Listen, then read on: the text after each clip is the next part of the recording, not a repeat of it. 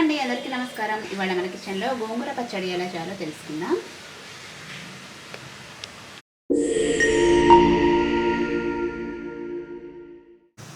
ముందు ధనియాలు, జీలకర్ర, మెంతులు వీటిని ఫ్రై చేసుకుందాం. 1 స్పూనున్నర ధనియాలు తీసుకున్నాం, 1/2 స్పూన్ జీలకర్ర, 1/2 స్పూన్ మెంతులు.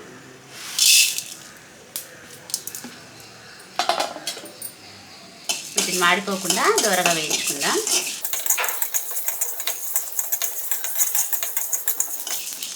ఇవి ఇలా వేగిపోయాయి కదా, ఇప్పుడు వీటిని ఒక మిక్సీ జార్లో తీసుకుందాం. ఇప్పుడు ఇదే కడాయిలో ఎండుమిర్చి వేయించుకుందాం.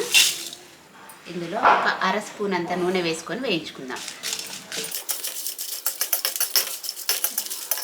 ఎండుమిర్చి కూడా ఇలా మంచిగా వేగిపోయిన తర్వాత వీటిని కూడా ఇదే మిక్సీ జార్లోకి తీసుకుందాం. ఈ మొత్తం చల్లారిన తర్వాత వీటిని మిక్సీ పట్టుకుందాం. ఇప్పుడు ఇదే కడాయిలో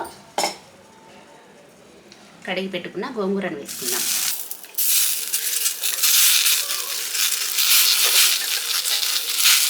ఇందులో 1 స్పూన్ నూనె వేసుకుంటున్నాను.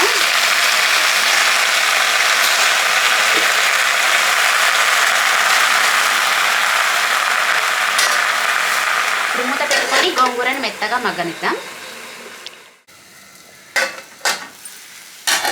చూసారు కదా, గోంగూర కూడా ఇలా మెత్తగా మగ్గిపోయింది మంచిగా.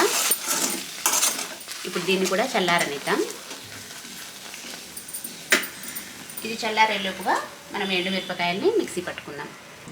ఈ ఎండుమిరపకాయల్లోనే ఒక 4-5 వెల్లుల్లి రెబ్బలు, అలాగే ఉప్పు కూడా వేసుకుందాం. ఉప్పు కూడా వేసుకుంటున్నాను. ఇప్పుడు వీటిని మెత్తగా మిక్సీ పట్టుకుందాం. ఎండుమిరపకాయల్ని ఇలా మిక్సీ పట్టుకున్నాం కదా మెత్తగా. ఇప్పుడు గోంగూర కూడా చల్లారిపోయింది. ఈ గోంగూరను కూడా ఇందులోనే వేసి మిక్సీ పట్టుకుందాం. మరీ మెత్తగా అవసరం లేదు, ఒకసారి తిప్పితే సరిపోతుంది.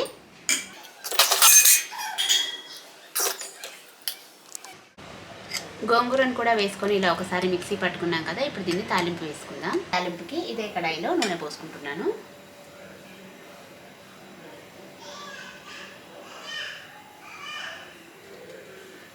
నూనె వేడెక్కిన తర్వాత తాలింపు గింజలు వేసుకుందాం.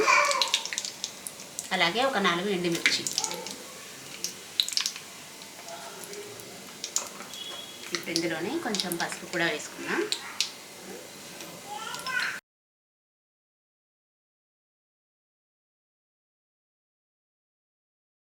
కొద్దిగా వేగిపోయిన తర్వాత కరివేపాకు వేసుకుందాం.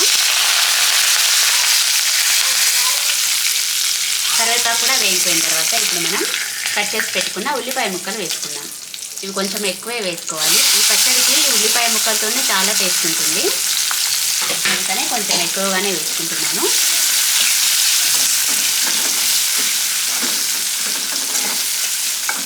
వీటిని ఒక 1/2 నిమిషం పాటు ఫ్రై అవ్వనిస్తే సరిపోతుంది. బాగా పూర్తిగా వేగాల్సిన పని లేదు, కొంచెం పచ్చి పచ్చిగానే ఉండాలి. ఉల్లిపాయలు కొంచెం ఇలా వేగిపోయిన తర్వాత ఇప్పుడు మనం ఇందులో పచ్చడి వేసి కలుపుకుందాం.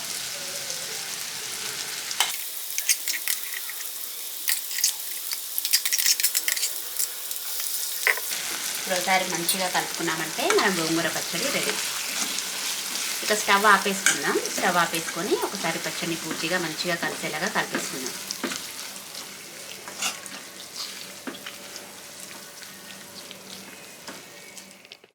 చూసారు కదా, పచ్చడి మొత్తం ఇలా కలిపేసుకున్నాం కదా. ఇక మన గోంగూర పచ్చడి రెడీ అయిపోయింది. ఉల్లిపాయ ముక్కలు చూస్తే ఇన్ని ఉల్లిపాయ ముక్కలు అనుకోవచ్చు, కానీ తినేటప్పుడు తెలుస్తుంది వీటి టేస్ట్. చాలా బాగుంటాయి అన్నంలో తింటుంటే. ఇక మన గోంగూర పచ్చడి రెడీ అయిపోయింది. చూసారు కదా ఎలా చేయాలో. మళ్ళీ మరో వంటతో కలుద్దాం. అంతవరకు మన ఛానల్ని చూస్తూనే ఉండండి.